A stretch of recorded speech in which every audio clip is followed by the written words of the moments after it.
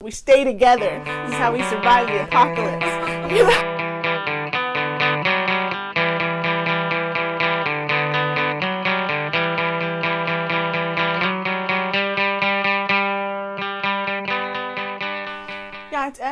Kelsey Lee Inisha, sitting on Janine List, that is usually Bashashchi, German Dasha Che, Kia Ani Dashanella. Hello, I am Kelsey Lee, and my family is from Cameron.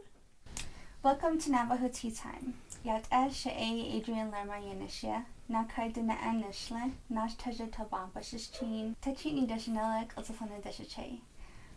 I was born and raised here on the Navajo Nation. This episode is our first of the year. It is January 2020, and we are here to bring the tea. So this episode, instead of having one solid topic that we're going to be talking about and discussing and eventually going off on tangents, we're going to do rapid fire tea, where we just go on a big old laundry list of things that have been bothering us in this new decade, this new year, new elections, new everything. So let's stir the pot. So we're going to try a more structured video where we go through a list of different tea spills, and this will give you an opportunity to respond as well. We put calls out in the past. What tea do you have? What popular, unpopular opinions do you want to discuss, or do you want us to feature on this channel? So here's a couple. You want to go ahead and start? Okay, so one of my tea spills, which I've noticed going to different chapter meetings and community events, is no one stops economic growth on the Navajo Nation like its own people. So there's people who are pushing for development, pushing for growth, pushing for, I don't know what else to call it, change. And then big change, or just doing something differently, like having windmills up on Gray Mountain. There were people who were for it, and there were people who were against it. And there's just little subtle things that happen where, like, if we wanted to get our roads named and actually mapped out, there's people who have to work and get educated in that, and then there's also people who voted against it.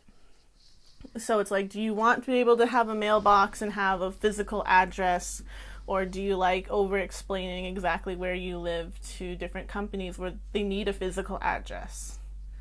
And I don't know, there's just those things like that. Yeah, there's a few issues where, people could say, well, this is just the normal mode of operation. Naturally, you have to have people that are educated. Naturally, you have to have people that are experts in their field who are going to do this work. And I have a more optimistic point of view where I know that we have a lot of talent and skill on the Navajo Nation, but the opportunities that are available to them are minimal.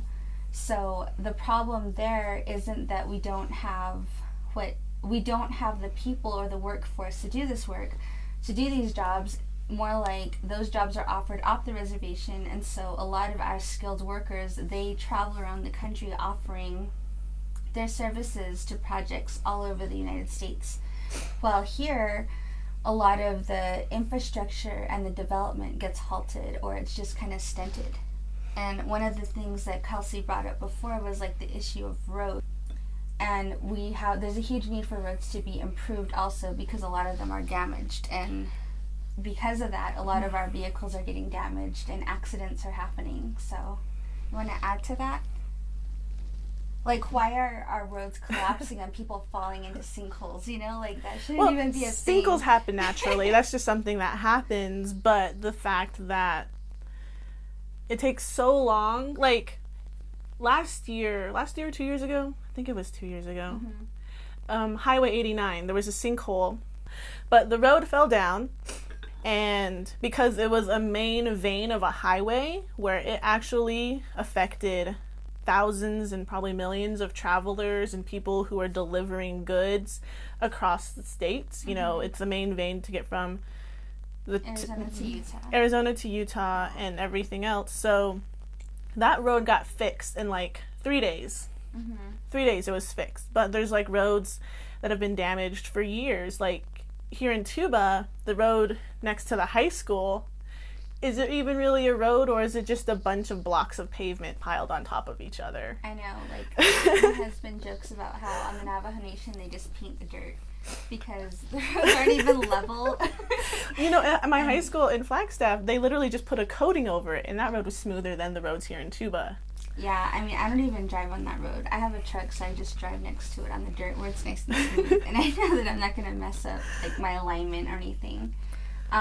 Okay, so the next thing that's also related to that is community development versus decolonization.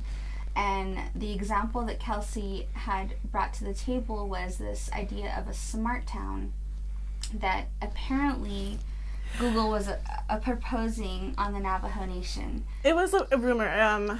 Yeah. I heard it from somebody mentioning it. It's Jine. I heard from somebody that Google was looking for a place to test their new internet, which would basically make the town a smart town because the whole town would run off of this Wi-Fi or this fiber optic internet system. And they were discussing maybe the Navajo Nation because a lot of the infrastructure isn't put in yet, so they could add and make the infrastructure whatever they wanted it to be. But the person who was telling me this said the Navajo Nation declined because they wouldn't be able to charge people for the internet. And so that made people upset, right? That made people upset. Like, just hearing that one spot, you know, like they didn't want it because they wanted to be able to charge people the free internet that Google was providing. So that's like, you know, that's definitely a clickbait or something. I think so. And like, so what my questions were, I had a few questions regarding this topic. So number one, should we really be relying on outside entities to support our economy, and why? Secondly, especially like specifically regarding this idea of Google wanting to establish a smart town, my comments were, I wrote them down. First of all, we need proof of this happening before we get mad about it. And that's all across the board. You know what I mean? If we don't have proof that this actually happened, if it's just someone like saying something on Facebook or at the laundromat, it's not really valid. We don't know how true it is. And so putting negative energy into it and getting mad about it, it's kind of, I don't advocate for that. But I don't believe the Navajo Nation would be attractive to Google because the land base is so highly regulated. For example, it's so hard for Navajo Nation citizens themselves, whether they have money or not, to open up shop. It's so hard for us to build our own home. It's so hard for us to build a business. So for that reason, I don't think the Navajo Nation would be attractive. There's so much red tape. Even more so for a research institution, or even more so for an outside entity that wants to come in and they're going to be profiting. So also, I don't think that we would be attractive to them because they would most likely assume that there isn't a lot of money here to support their mission to sell products and advertising. They are in the business of data collection, which it seems to me would be an immediate red flag for the Navajo Nation IRB. Well, like, my response to that is the red tape for the Navajo people, it's very clear and evident, but there's also outside businesses that seem to be able to get the business site lease a lot faster and, you know, with a lot more praise and, you know, oh, this business decided to come here and work on the Navajo Nation. We should be so proud and open our arms to them. I feel like there's a lot more of those reactions to outside businesses than they do supporting their own businesses. So I don't think that would be a problem for Google, just because if there was something to be gained for the Navajo Nation, the offices, you know, the what are they? The politicians, you know, they might go for it unless there wasn't anything for them to gain. And my response when I heard this person telling me this information, I was like, you know, that doesn't really surprise me that the Navajo Nation didn't take them up because they couldn't make a profit off of it. So I don't know if that's just feelings of how the Navajo Nation treats its own people and how the governments and the offices only think about themselves and how that appears to the people, on in general. I think you have to think about what the current administration looks like and what they value. You know, like for sure in the past, there have been administrations that did not seem to care about what the people wanted or needed, and they were having backdoor closed meetings with big companies, with senators that had a mission to take over our sovereign rights to water and land so that they could profit. That's happened, like, specifically in 2012. And that administration, like, I was not a fan of. This administration seems different. However, you know, we can't just say the Navajo Nation and blame just, you know, it's not just one person. We have a council, and then we have the office of the president and vice president. And I feel like even there, what the president values is so different from what the vice president values. And what the council values differs from council delegate to council delegate. So it really depends on, like, who values what, who has the most agenda setting power. However, when it comes to agenda setting power, I commend the Navajo Nation for exerting that, because I feel like that's an expression of our sovereignty, and that's what we need to do. Because if there's something that might look attractive but actually could be contributing to the deterioration of our own power, of our own sovereignty, of our own ability to choose or to control data that's collected, then, you know, there's a problem there. So that's the tea. And please weigh in. You know, like, we want to. Have you heard anything about the Google like, Smart TM? Because you know what, I heard Cameron has a fiber optics line running right next to it, but we don't have any access to it because of politics or whatever. And that's stupid. I wish I could get better internet. Mm-hmm. You know? Yeah. I would pay more to be able to lock into that fiber optic stuff, but yeah, I know we don't even have the option for it. Yeah. That sucks. That's one of the biggest things that I think we have a problem with. One of the main reasons why we're like, this is something we need to talk about and vent about, because it really does, like, it gets to the point where you're just, like, pissed off. You're like, why does it have to be like this, you know? Because, like, there's nothing we can do about it. It's just, like, it's a checkerboard, and if this other entity says no, then it's, like, can't do anything about it because they said no. No matter how beneficial it is for everybody, they just can say no. You know, I had... Okay, this is kind of off topic, but I'm taking this class right now. It's called D&B 100, and it's ceremonial ethics. It's an ethics course, Dinesh specific. And we were talking about, you know, the creation of the world and the destructions of the world over time. And something that was said resonated with me. It was that politics and power grabs have been the thing that's destroyed the world time and time again. And so I think that's something that we need to be cognizant of in this current world, is like, really, what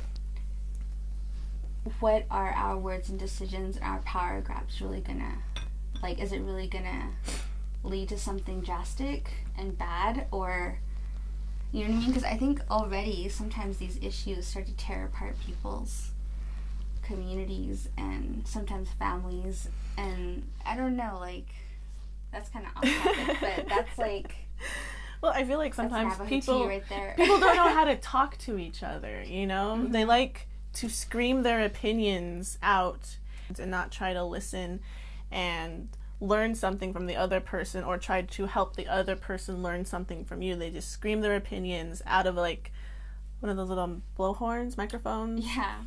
And they're not even trying to listen to anyone. Yeah, you know what I've noticed about, like, Navajo people is that when they really have a strong opinion about something and they're opposed to something you're trying to do or say, I've noticed that sometimes they won't even have to scream, they'll just shut you out.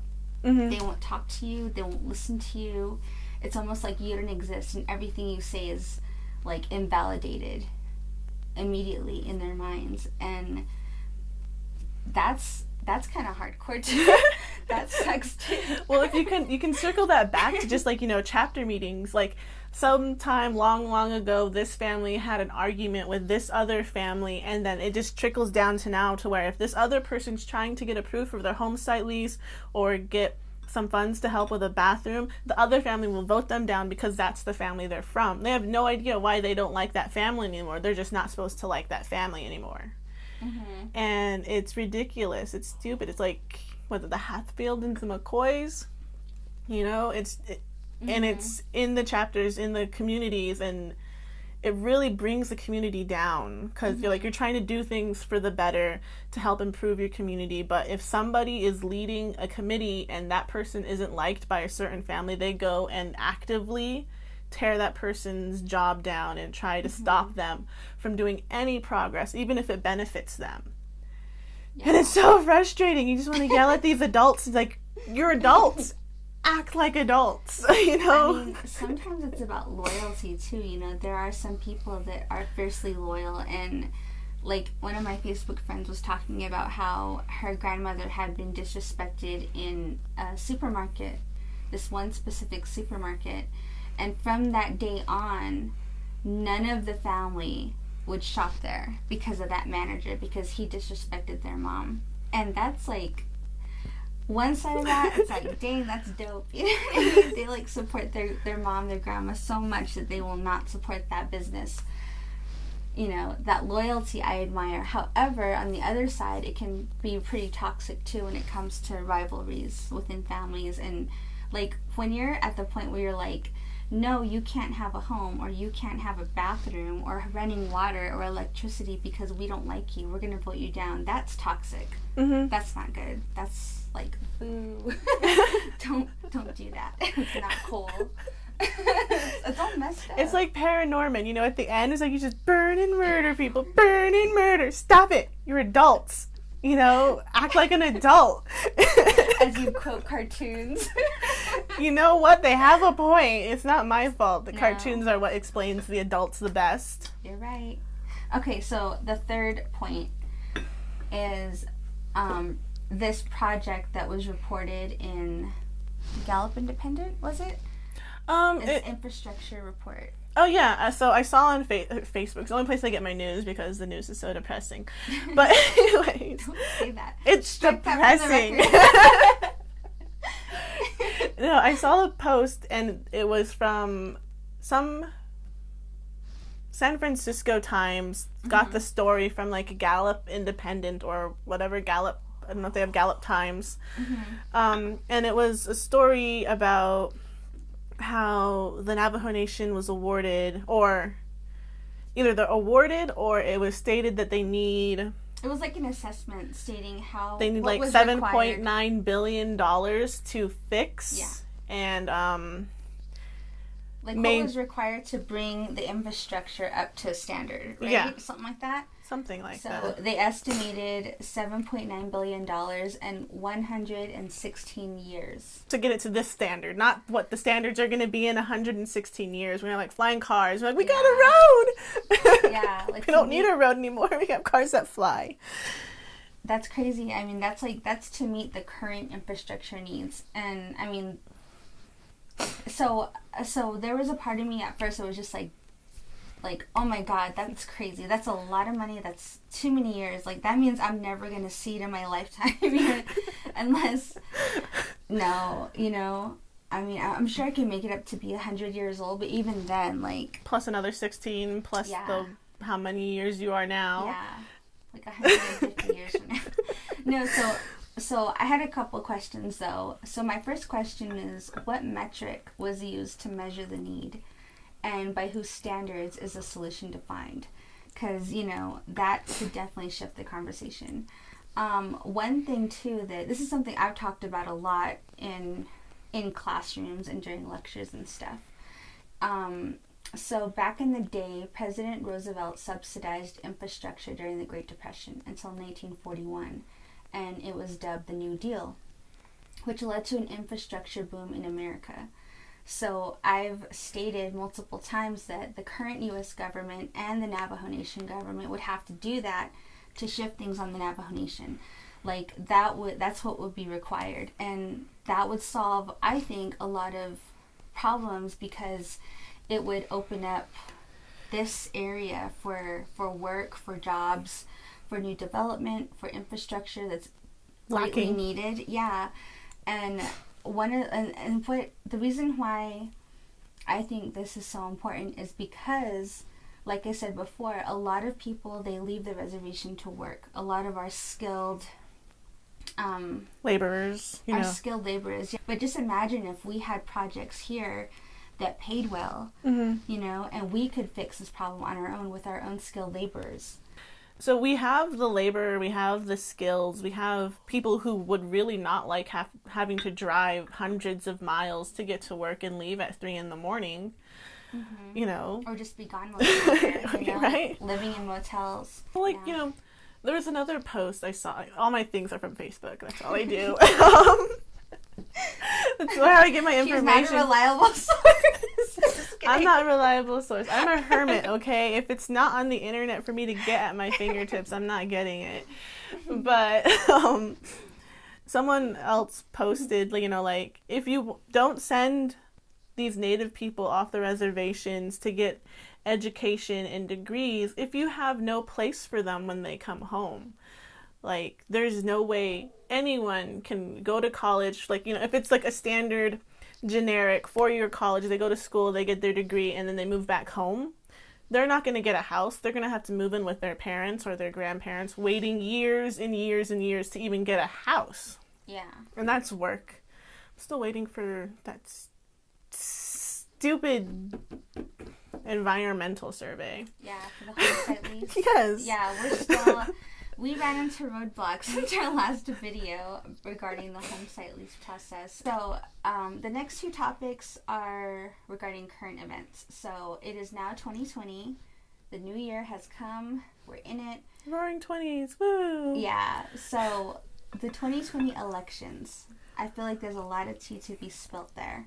So, I mean, do we want to talk about politics on this channel, or like, as you mentioned, I'm not the most reliable source. I get all my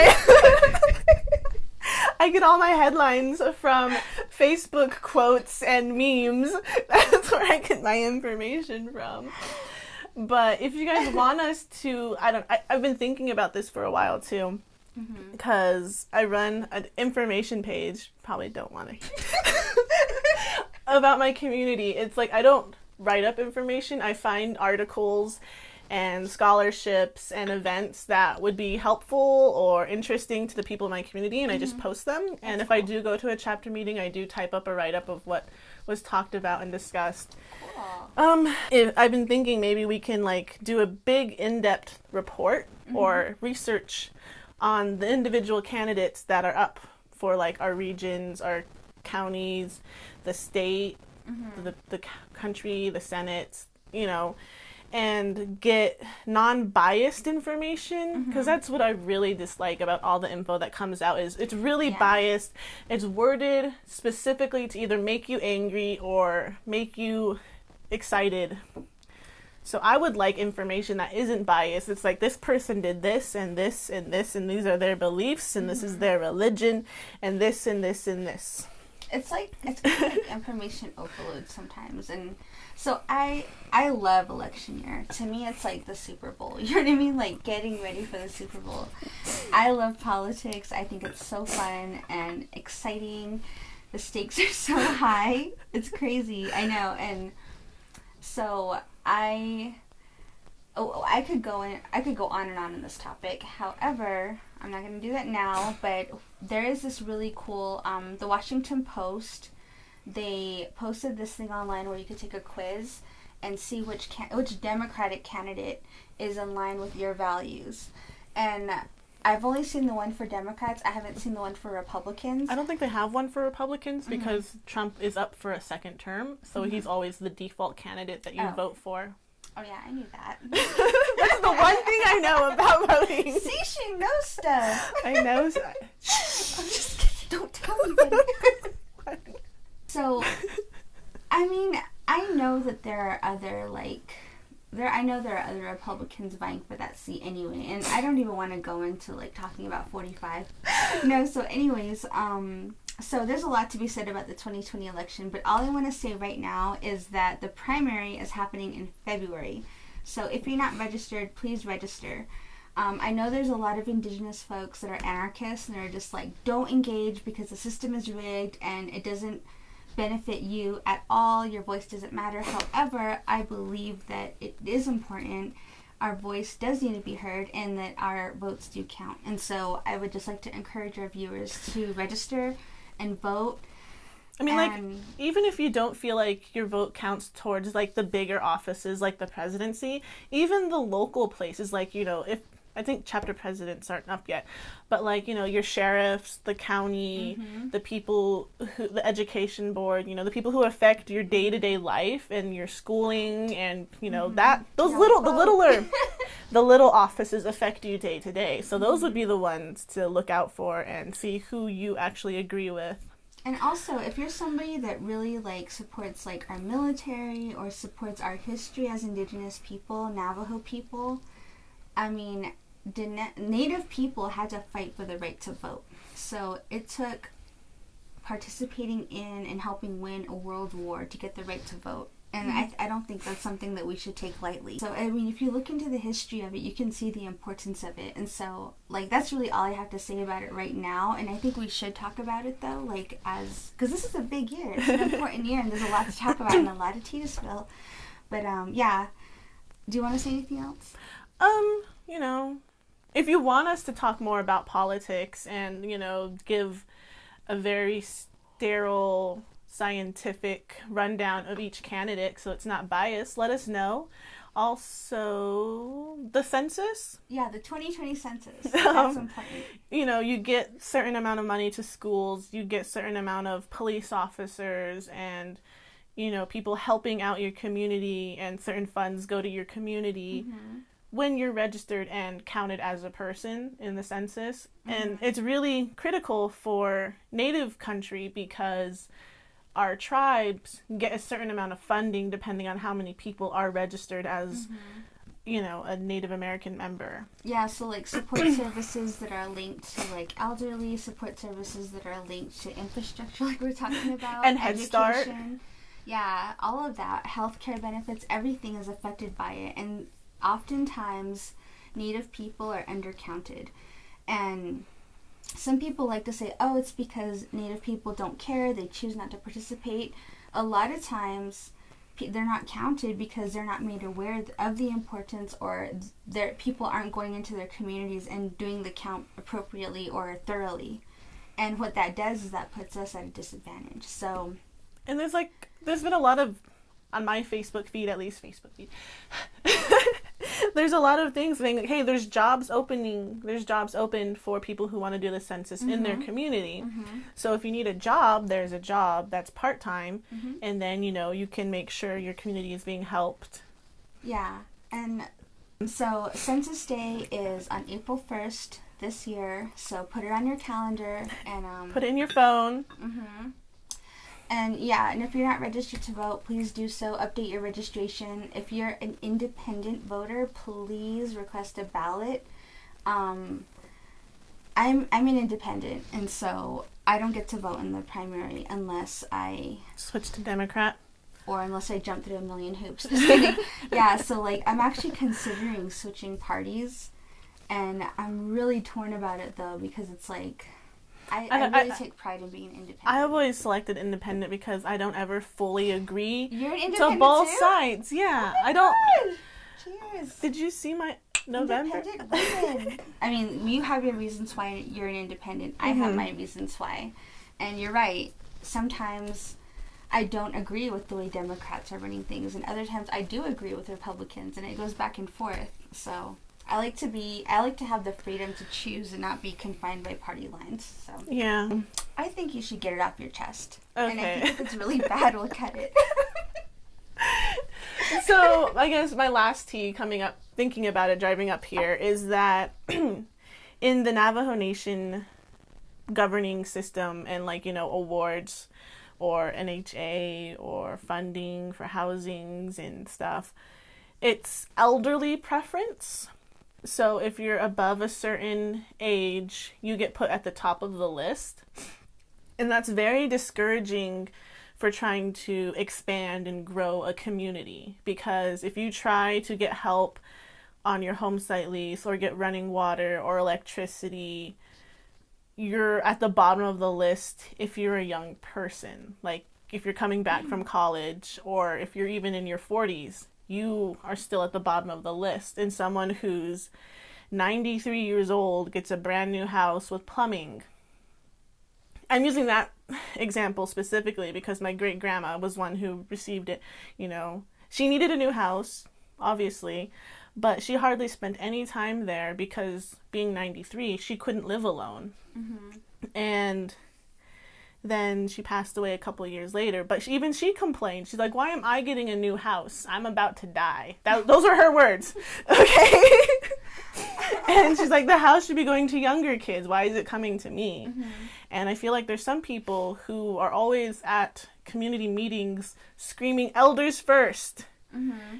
And it's really hurtful to the younger kids who are just trying to start their life. I feel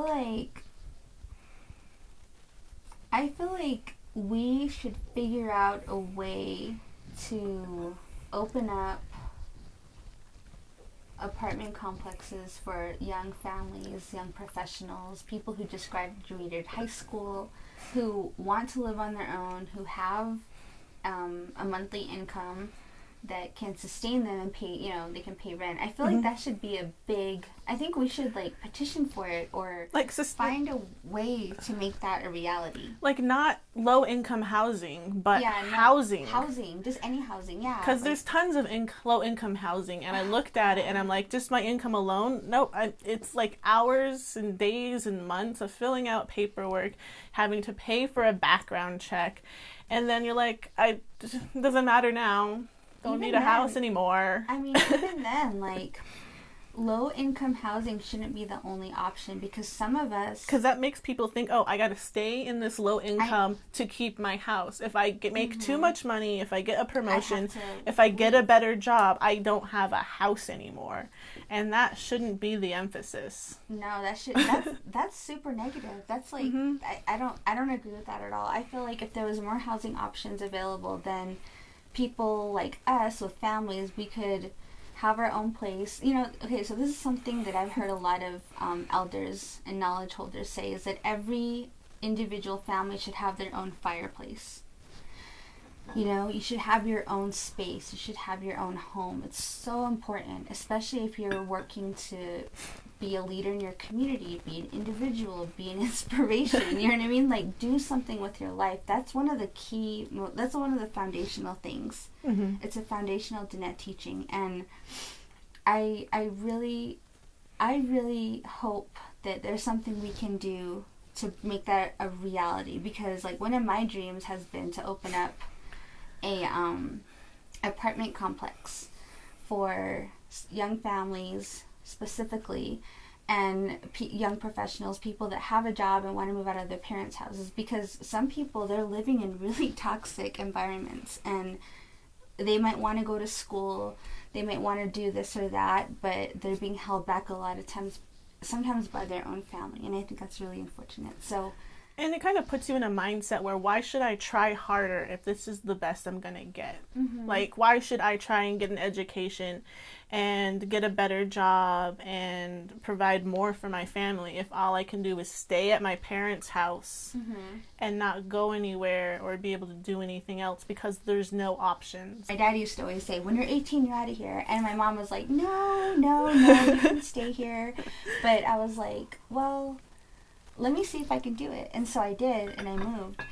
And I had an apartment that I was living in, and I was able to pay my own rent, pay my bills. I had to work. I had to hustle. I was hungry a lot because I didn't have money for food. Mm-hmm. And I didn't know I was not going to apply for any kind of public assistance or anything. I was like, I can do this on my own. And even though it was really hard, I'm so glad I had that experience. I'm so glad that I've always had a job since I was 15 years old. I've always worked. I started out with DYCS, the Diné Youth Program, and I really like the idea of having my own money, pulling in a paycheck, and so, some people who I'm not going to name, who didn't see the need to work or go to college or do anything, you know what I mean? It was really frustrating to me, and so I became the unpopular one who was like, you can do better, you deserve better. Please expand your horizons. Try something new. Apply for some classes. Just try. A job. It'd be nice if you had one. Just mean. I know, but wouldn't it be nice if you didn't have to ask for money? Seriously, I know. And it was just like, it's like, why depend on other people for your livelihood when you can do it yourself? And I'm the eldest in my family, so I'm kind of like, that's what I think older siblings do, You gotta like whip your other siblings into the line sometimes.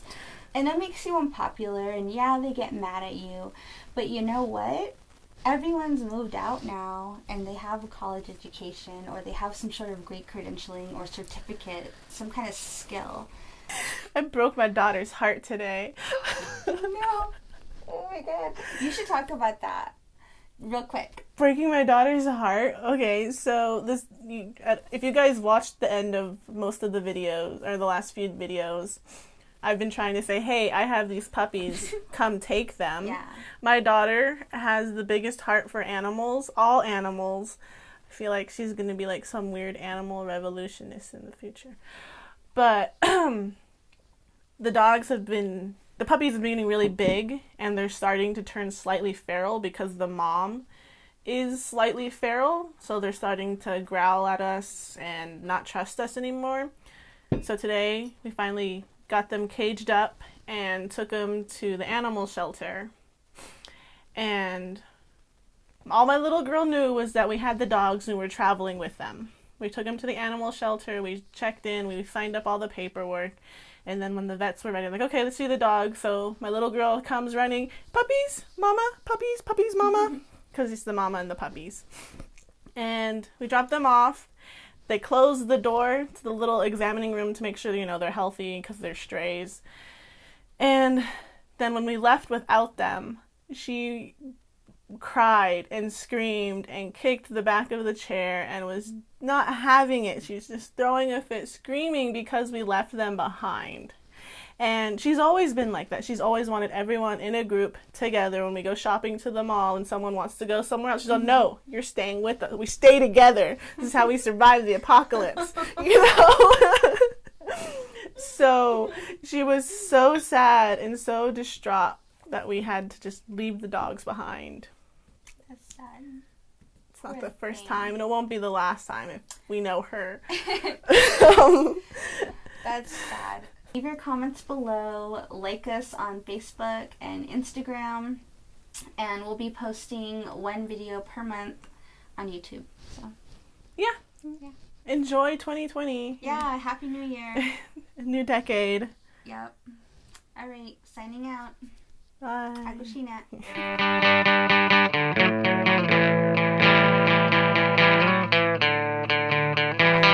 No, not the Okay, I'm just waiting for some giant forest spirit to come alive and trample all us humans. She did this whole writing that was very descriptive and dramatic, and I'm like, Kelsey.